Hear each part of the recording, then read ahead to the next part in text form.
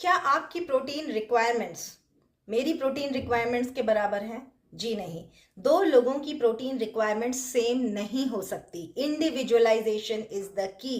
जब भी प्रोटीन को रेकमेंड किया जाता है तो एक जो स्टैंडर्ड डोज है प्रोटीन की फॉर नॉर्मल हेल्दी पॉपुलेशन वह है 0.8 ग्राम्स पर केजी बॉडी वेट।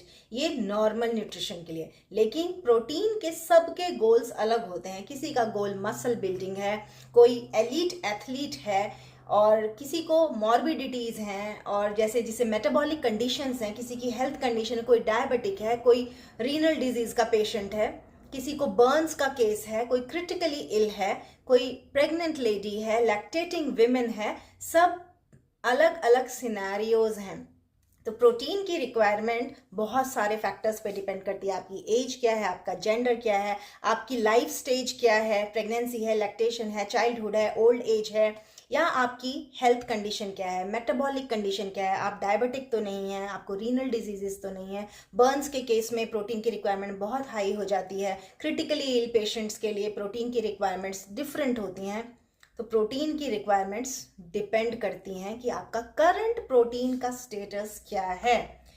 तो जब भी आप अपना करंट स्टेटस एसेस करवाएंगे उसके बाद ही आपको पता चलेगा कि आपको प्रोटीन इंटेक कितना लेना है, या कैसे या कितना मॉडिफाई करना है।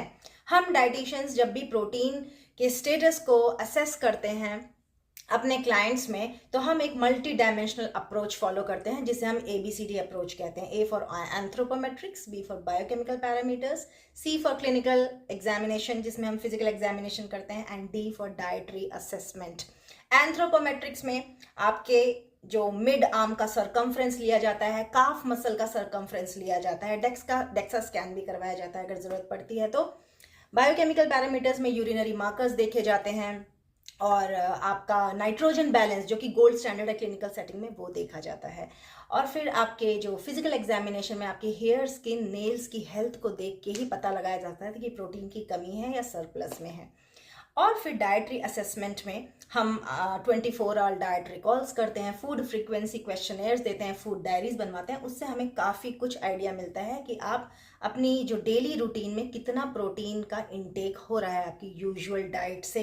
तो ये जो मल्टी डायमेंशनल अप्रोच है, इसके बाद ही हम रेकमेंड करते हैं कि आपको कितना प्रोटीन इसके ऊपर जो आप ले रहे हैं उससे कितना एक्स्ट्रा आपको लेना है। तो किसी ने कुछ कह दिया और आपने ले लिया, ऐसा मत कीजिए, आप अपने लिए ट्रबल इनवाइट कर रहे हैं। Thank you.